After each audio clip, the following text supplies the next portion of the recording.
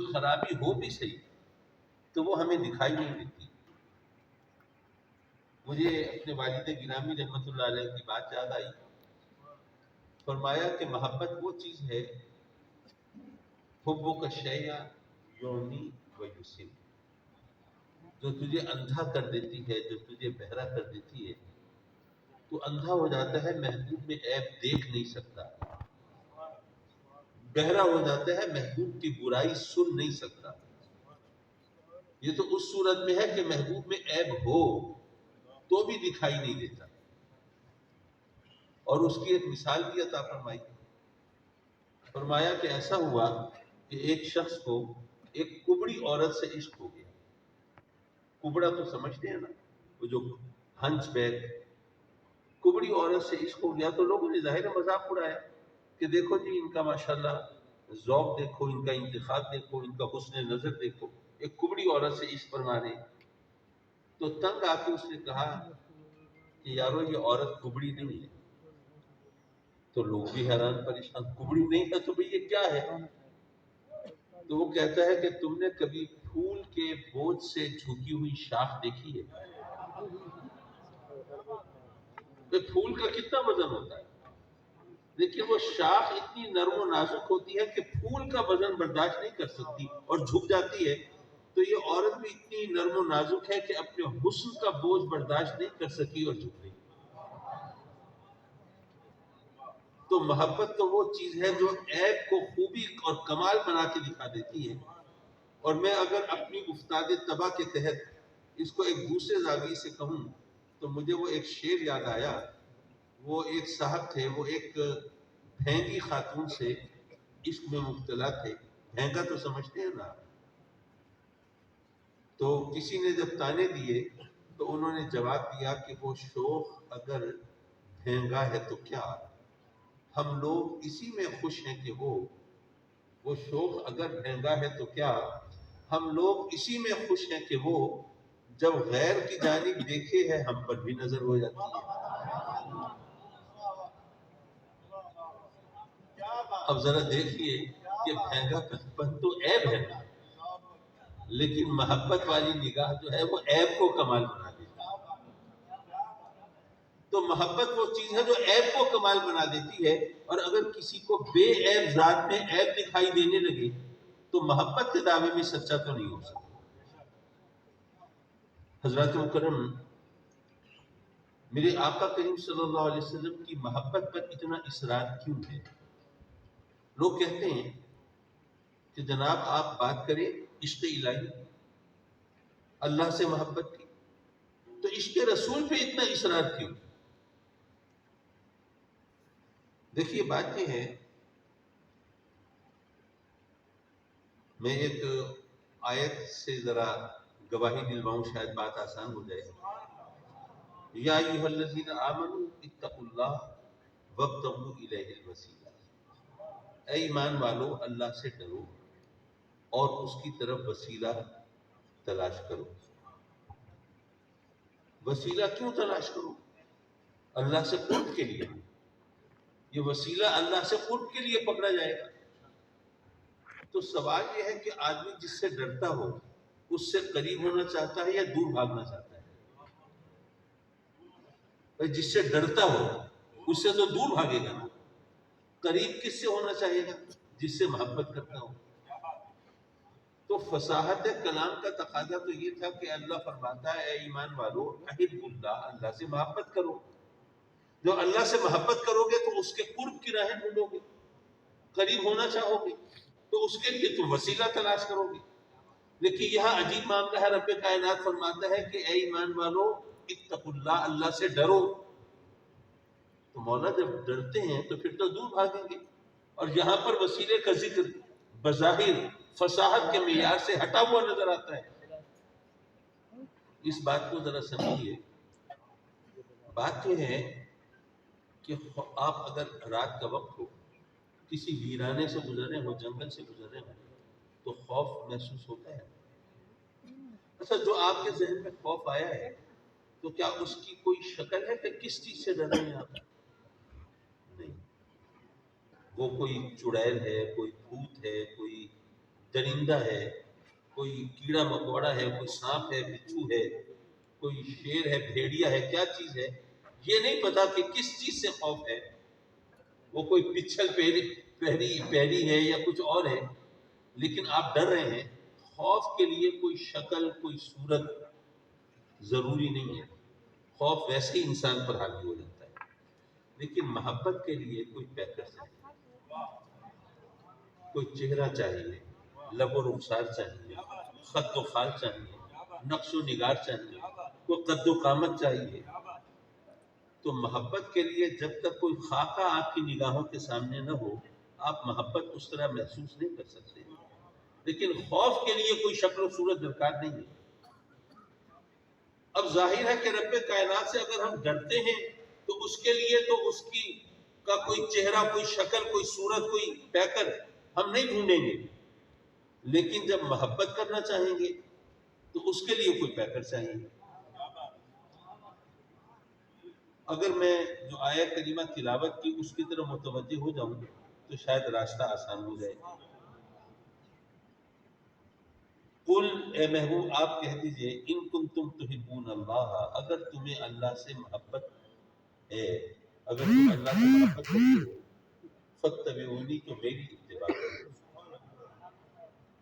ایک تو یہ ذہن میں رکھیے، میں نے کئی بار یہ بات تقاریر میں کہی ہوگی اور لیاقت پور کے لوگ ظاہر ہے کہ میری گفتگو سنتے رہتے ہیں، تو لفظ قل جو قرآن مجید میں آتا ہے نا، بچپن سے ہم سنتے چلے آ رہے ہیں کہ یہاں کسی خاص چیز کی نشاندہی ہوتی ہے، ورنہ تو سارا قرآن اللہ نے اسی لیے نازل فرمایا نا کہ آقا کریم اپنے محبوب کو اسی لیے عطا فرماتا ہے کہ وہ اپنی امت کے سامنے لوگوں کے سامنے قرآن مجید بیان کرے، تلاوت کرے، ہم تک پہنچائے۔ لیکن جب فرماتا ہے قل تو اس کا مطلب ہے کہ کوئی خاص بات ہے جس کی طرف بطور خاص اشارہ ہے کہ اے محبوب ایسے تو آپ نے سارا قرآن سنانا ہی ہے، میرے بندوں کو پہنچانا ہی ہے، لیکن یہ بات ذرا خاص طور پر بتا دیں۔ اور میں نے کئی بار کہا اور پھر دہراتا چلوں کہ جہاں بھی لفظ قل آیا ہے قرآن مجید میں، اگر آپ غور فرمائیں گے تو اس کا کوئی نہ کوئی نرالا پہلو آپ کے سامنے ضرور ہوگا۔ اور اس کی ایک مثال جو میں پہلے بھی دیا کرتا ہوں اور آج کے اجتماع میں شاید بہت سے نئے لوگ ہوں تو دہراتا چلوں کہ اگر کوئی شخص جو کہ دیہات کا رہنے والا ہو، دور افتادہ پسماندہ علاقے کا رہنے والا ہو اور اپنی یونین کونسل کی جورسڈکشن سے باہر نہ نکلا ہو، اتفاق سے اسے لاہور جانے کا موقع ملے اور سیر سپاٹا کرتے ہوئے مینار پاکستان پہ نظر پڑے، حیران ششدر حواس باختہ، اتنا اونچا مینار تو دنیا میں کوئی ہو نہیں سکتا۔ واپس آیا تو ایک ایک کو پکڑ کے کہہ رہا ہے کہ تم نے دیکھا ہے مینار پاکستان کتنا اونچا ہے، ایسا تو دنیا میں کوئی نہیں ہوگا۔ تو جنہوں نے دنیا دیکھی ہے وہ ہنسیں گے، مذاق اڑائیں گے، کہیں گے کہ اس بیچارے کی کیا بات ہے، اپنی یونین کونسل سے پہلی بار نکل کے لاہور آیا تھا تو مینار پاکستان دیکھ کے نا اس کی عقل جواب ہو گئی ہے، حواس باختہ ہو گیا ہے۔ اس کو نہیں پتا کہ دنیا میں کیسے اونچے اونچے مینار ہیں جن کے سامنے مینار پاکستان تو بچہ سا لگتا ہے۔ یہ کنویں کا مینڈک ہے، اس کی بات کی کوئی حیثیت نہیں ہے، اس کو وزن دینے کی کوئی ضرورت نہیں ہے۔ اگر کوئی ریموٹ ایریا کا دور افتادہ پسماندہ علاقے کا کوئی شخص اتفاق سے لاہور جائے اور مینار پاکستان کو دیکھ کر حیران ششدر رہ جائے اور اسے دنیا کا سب سے اونچا مینار قرار دے تو اس کے بارے میں تو ہم کہیں کہ یہ کنویں کا مینڈک ہے، اس کا تجربہ محدود ہے، مشاہدہ محدود ہے، اس نے دنیا دیکھی نہیں ہے، اس لیے یہ بات کر رہا ہے، اس کی بات کو سیریس لینے کی ضرورت نہیں ہے۔ اور خود جہاں بیٹھ کے کہتے ہیں کہ لا الہ الا اللہ، اللہ کے سوا کوئی معبود نہیں، وہ کلمہ پڑھتے ہیں نا، تو ہم کہتے ہیں کہ اللہ کے سوا کوئی معبود نہیں، تو کیا کوئی ہمیں نہیں کہہ سکتا کہ میاں تمہارے اس دعوے کی حیثیت کیا ہے؟ اگر کوئی دیہات کا رہنے والا لاہور چلا جائے اتفاق سے اور مینار پاکستان کو سب سے اونچا مینار کہے، اس کی بات کی تو کوئی حیثیت نہیں کہ کہتے ہو یہ کنویں کا مینڈک ہے، اس کا تجربہ محدود ہے، اس نے دنیا دیکھی نہیں ہے، اور خود یہاں بیٹھ کے دعویٰ کرتے ہو اس ساری کائنات میں کوئی اور خدا نہیں، تو کوئی ہم سے نہیں پوچھ سکتا کہ میاں تم نے کیا ساری کائنات دیکھی ہے؟ کیا ستاروں پہ کمندیں ڈالی ہیں؟ کیا چاند سورج کا مشاہدہ کیا ہے؟ کیا آسمانوں پہ جھانکا ہے؟ کیا اس کائنات کی وسعتوں کو کھنگالا ہے؟ یہاں بیٹھ کے دعویٰ کر رہے ہو اس ساری کائنات میں کوئی اور معبود نہیں، کوئی اور خدا نہیں، تمہارے اس کلمے کی حیثیت اور اوقات کیا ہے؟ اسی لیے اللہ نے فرمایا قل هو اللہ احد، اے محبوب تو ان سے فرما دے کہ وہ اللہ ایک ہے۔ سبحان اللہ، کیا بات ہے۔ جب تو ان کو بتائے گا، ان کو جتائے گا، ان کو فرمائے گا اور میری وحدانیت کا، میری توحید کا اعلان کرے گا، اور جب تیرے کہنے پر یہ مجھے وحدہ لا شریک مانیں گے، تو اے محبوب پھر اگر کوئی ان کو جھٹلانے کی کوشش کرے گا تو یہ کہہ سکیں گے کہ اگر میرا دعویٰ یہ ہوتا کہ مجھے پتا ہے، مجھے خبر ہے، میں نے ساری کائنات دیکھ لی ہے، پوری کائنات میں کوئی اور خدا نہیں، تو تم مجھے جھوٹا کہہ سکتے تھے، کیونکہ میں نے تو ساری کائنات نہیں دیکھی۔ لیکن میں اپنی طرف سے نہیں کہہ رہا، جس ہستی کے کہنے پر میں گواہی دے رہا ہوں نا، ارے میں نے تمام کائنات کو نہ دیکھا ہوگا، لیکن اس ہستی نے تو ساری کائنات کو اپنی ہتھیلی کی طرح دیکھا ہے۔ نعرہ تکبیر، نعرہ رسالت، عظمت مصطفیٰ، شان مصطفیٰ، جگر گوشہ حضور غزالی زمان۔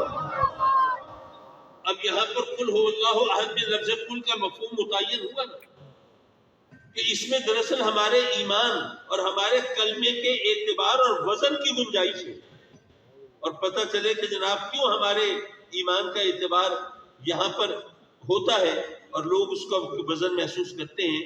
حضرات مکرم، تو اسی طرح اب یہ جو آیہ کریمہ ہے، ذرا اس کی طرف آ جائیے۔ قل ان کنتم تحبون اللہ،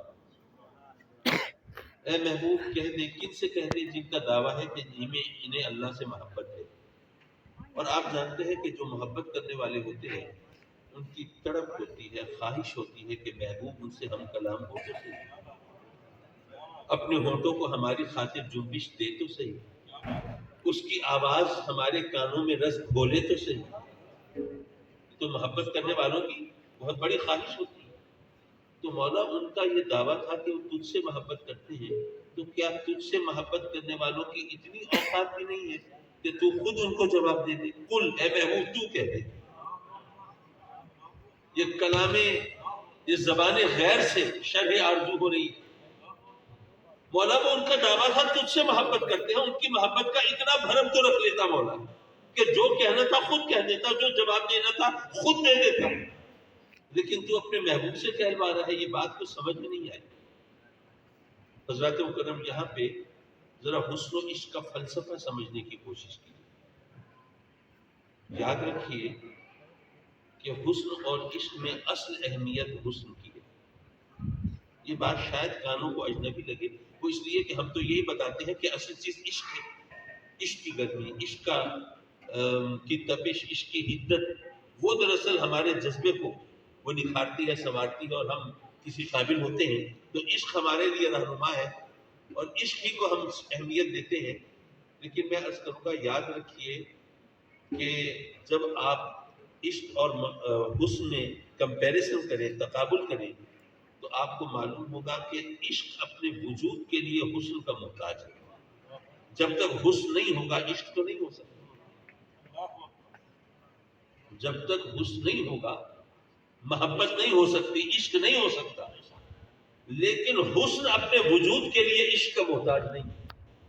جنگل میں پھول کھلتا ہے، کوئی اسے چاہے نہ چاہے، سراہے نہ سراہے، کوئی آنکھ اس کے لیے ستائش کے جذبات رکھے نہ رکھے، کوئی ہاتھ اس کو زیب گلو کرنے کے لیے بڑھے نہ بڑھے، کوئی بلبل اس کے لیے نغمہ سنج ہو نہ ہو، پھول اپنی ذات میں حسین ہے کہ نہیں؟ پھول حسین تو ہے، اسے کوئی چاہے نہ چاہے، عشق ہو نہ ہو، محبت ہو نہ ہو، فرق نہیں پڑتا۔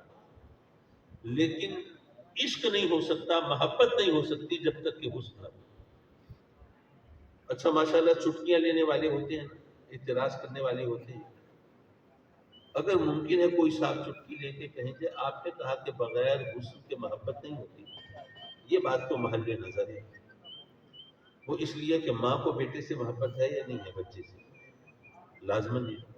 کیا ہر بچہ حسین و جمیل ہوتا ہے، خوبصورت ہوتا ہے؟ بچے کالے کلوٹے بھی ہوتے ہیں، بد شکل بدصورت بھی ہوتے ہیں، لیکن ماں کو تو محبت ہوتی ہے۔ تو آپ کا یہ قاعدہ کلیہ کہاں گیا کہ بغیر حسن کے محبت نہیں ہوتی؟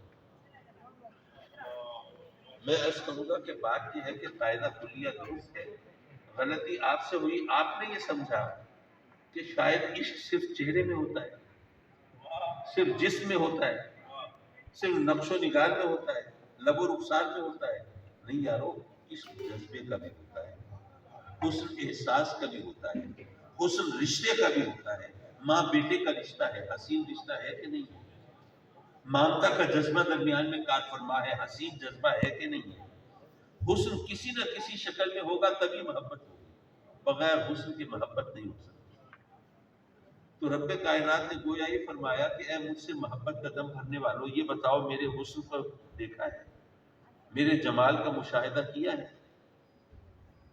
اگر میرے حسن و جمال تک تمہاری نگاہ کی رسائی نہیں تو پھر تم مجھ سے محبت کے دعوے میں برحق کیسے ہو سکتے ہو؟ اس لیے جب تم نے میرے جمال کو نہیں دیکھا تو مجھ سے محبت کر کیسے سکتے ہو؟ تم تجھ سے محبت مولا کیسے کریں گے؟ اب وہ حدیث پڑھیے، من رانی فقط رہا انا میرات جمال الحق.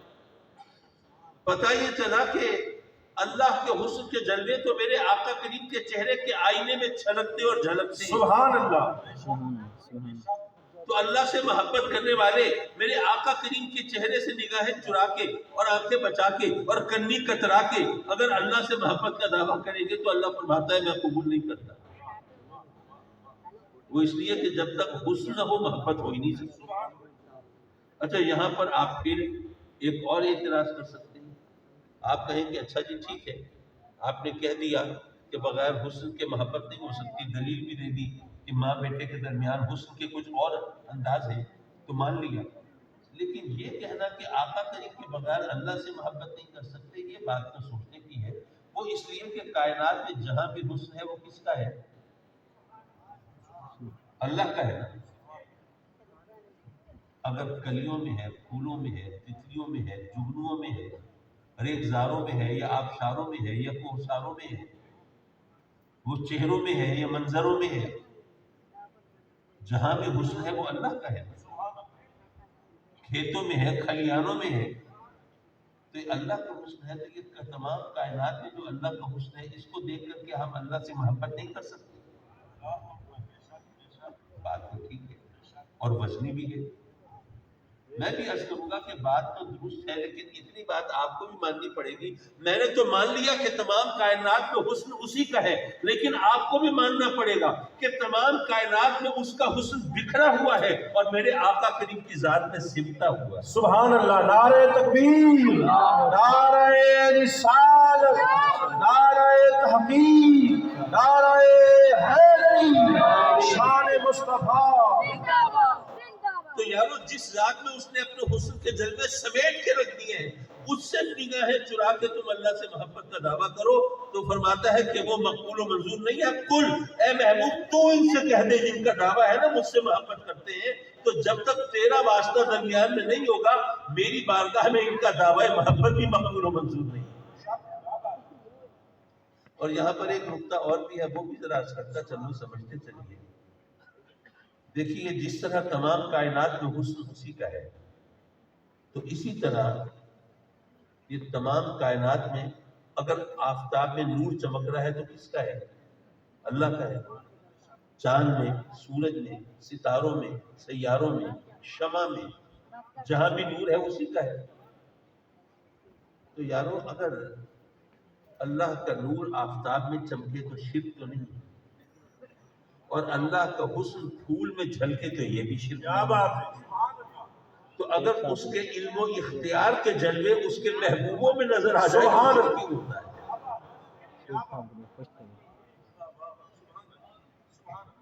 قل ان کنتم تحبون اللہ، اے محبوب جن کو ہم دعویٰ ہے نا مجھ سے محبت کرتے ہیں تو تجھ سے آنکھیں چرا کے وہ مجھ سے محبت نہیں کر سکتے. اس لیے تو ان سے کہہ دے، ان کو پتہ چلے کہ جب تک تیرا واسطہ درمیان میں نہیں ہوگا اس وقت تک ان کا دعوی محبت میری بارگاہ میں مقبول و منظور نہیں ہوگا.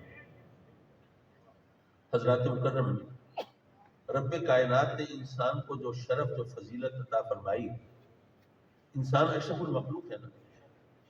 اچھا ایک خلش میرے ذہن میں کھٹکتی تھی بچپن میں سوچتا تھا کہ انسان اشرف المخلوقات ہے تو اب یہ بتائیے کہ جو کافر ہیں وہ انسان تو ہیں تو وہ بھی پھر اشرف المخلوق ہوں گے. جو فاسق و فاجر ہے وہ بھی انسان تو ہے.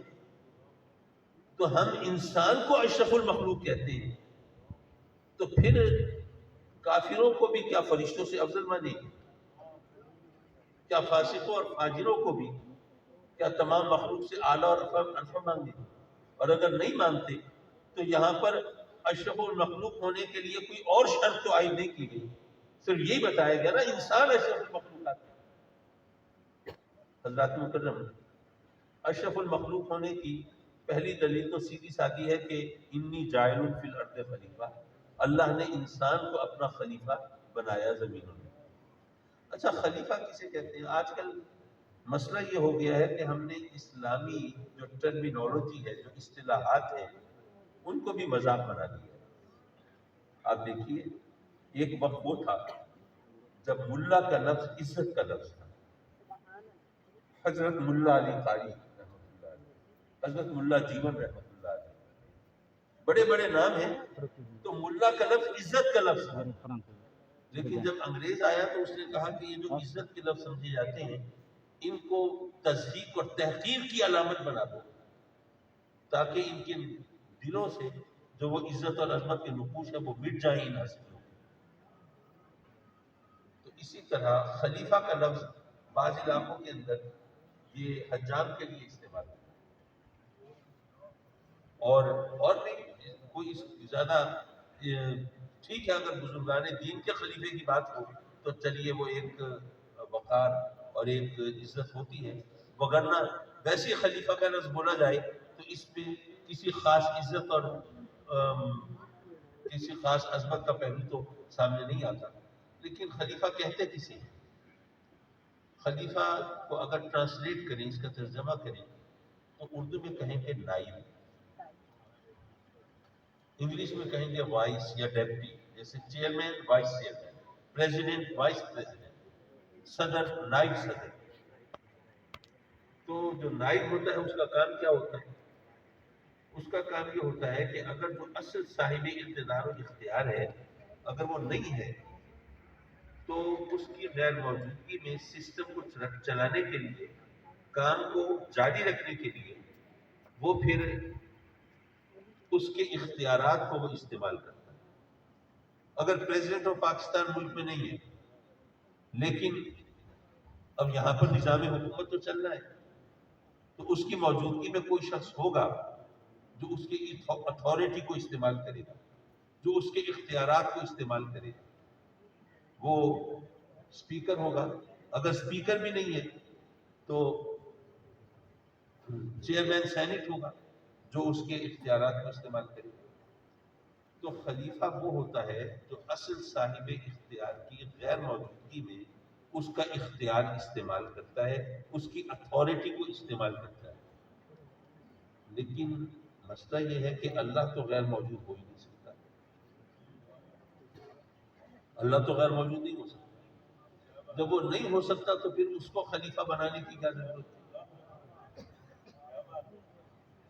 اب ظاہر ہے کہ اس کو ضرورت کیا تھی کیا نہیں تھی یہ تو اللہ ہی بتا سکتا ہے، میں تو نہیں بتا سکتا۔ اور کسی میں ہمت ہے تو اللہ سے پوچھے والا تو نے کیوں بنا دیا اپنا خلیفہ؟ بھائی اس کی مرضی، وہ قادر مطلق، اس نے اپنا خلیفہ بنا دیا، اس سے کوئی پوچھ نہیں سکتا۔ لیکن خلیفہ وہ ہوتا ہے جو غیر موجودگی میں، صاحب اختیار کی غیر موجودگی میں اس کی اتھارٹی کو، اس کے اختیار کو استعمال کرے۔ اللہ غیر موجود ہو نہیں سکتا، اس نے خلیفہ بنایا ہے، کیوں بنایا یہ وہ جانے، لیکن ہمیں یہ بتا دیا کہ انسان وہ خلیفہ ہے، وہ نائب ہے جو اس کے ہوتے ہوئے اس کے اختیارات کو استعمال کرے۔ کیا بات ہے! نعرہ تکبیر، نعرہ رسالت، نعرہ تحقیق، نعرہ حیدری، جگر گوش ہے حضور غزالی زمان، فیضان حضور غزالی زمان۔ جن لوگوں نے اس حقیقت کو نہیں سمجھا وہ بیچارے کشمکش میں رہے، جی شرک ہو رہا ہے، یہ کہتے ہیں جی اللہ والے یہ کر سکتے ہیں، وہ کر سکتے ہیں، فلاں ہے فلاں ہے۔ بھئی وہ جو اس کا خلیفہ ہے وہ اس کی اتھارٹی استعمال کر رہا ہے نا، اس کا اختیار۔ جب بات اس کے اختیار کی ہو گئی، اس کی طاقت کی ہو گئی، تو اب آپ حد بندی کیسے کر سکتے ہیں؟ یہ کر سکتا ہے، وہ نہیں کر سکتا۔ حضرات مکرم، اب انسان، وہ سوال ابھی اپنی جگہ برقرار ہے کہ انسان اشرف المخلوق ہے تو پھر کافی انسان تو ہے۔ میں دراصل میری کوشش یہ ہوتی ہے کہ علماء ہوتے ہیں ماشاءاللہ، وہ اپنے علم و فضل کے حوالے سے وہ دلائل دیتے ہیں جو مجھ جیسوں کے اوپر سے گزر جاتے ہیں، پھر ذرا ان کے بارے میں ہمیں وضاحتیں چاہیے ہوتی ہیں۔ میری خواہش یہ ہوتی ہے کہ میں کوئی سادہ سی کوئی مثال، یہ ابا جی قبلہ رحمۃ اللہ علیہ کی خصوصیت تھی، ان سے کوئی بھی سوال کرتا تھا تو وہ جواب سوال کرنے والے کی حیثیت کے مطابق دیتے تھے۔ اگر کوئی عالم سوال کر رہا ہے تو جواب وہ ملتا تھا جو اس کی حیثیت کے مطابق ہوتا تھا، اس کے مقام کے مطابق۔ کوئی طالب علم سوال کر رہا ہے تو وہ اس کے مطابق، کوئی جاہل سوال کر رہا ہے تو اس کے مطابق۔ تو بہرحال جو کچھ بھی میں عرض کروں گا وہ انہی کے دسترخوان سے خوشہ چینی ہے۔ دیکھیے، اگر یہ پوچھوں میں آپ سے کہ آپ کے خیال میں دنیا کا سب سے لذیذ پھل کون سا ہے، تو ہر ایک کی اپنی پسند ہے۔ میں کوئی ڈیٹا کلیکٹ نہیں کر رہا یہاں پہ، کوئی فیصلہ نہیں کر رہا کہ فلاں پھل سب سے لذیذ ہے، میں صرف ایک مثال دے رہا ہوں۔ تو ایک لمحے کو ہم فرض کرتے ہیں کہ دنیا کا سب سے مزے کا پھل جو ہے وہ آم ہے۔ میں ملتان سے آیا ہوں، آم کو ترجیح دینا میرا حق بنتا ہے۔ اچھا، آموں کی بھی ماشاءاللہ کئی قسمیں ہیں، اور رحیم یار خان، یہ آموں کے حوالے سے، ذائقے کے حوالے سے اگر دیکھا جائے تو کوئی ملتان سے پیچھے نہیں ہے، شاید آگے ہی ہو۔ اب آموں کی کئی قسمیں ہیں، کون سا آم سب سے اچھا ہے؟ وہ رٹول ہے یا چوسا، وہ مالدہ ہے یا دسہری، وہ سندری ہے یا لنگڑا، کون سا آم سب سے اچھا ہے؟ اب یہ بھی اپنی اپنی پسند کی بات ہے، لیکن چلیے ہم نے فرض کیا کہ سب سے لذیذ پھل جو ہے وہ آم ہے، اور سب سے اچھا آم جو ہے وہ رٹول ہے۔ اب آپ دو احباب مجھ سے ملنے کے لیے تشریف لائے، گرمی کا موسم ہے، اور میرے گھر کے صحن میں انور رٹول کا درخت لگا ہوا ہے، اور میں نے آپ سے کہا کہ جناب میرے گھر کے، میرے آنگن میں جو درخت لگا ہے اس کے پھل دنیا کے تمام پھلوں سے بہتر ہے۔ اب آپ ذرا پریشان ہوئے، حیران ہوئے، اچھا ایسا کون سا پھل ہے دنیا کے تمام پھلوں سے بہتر؟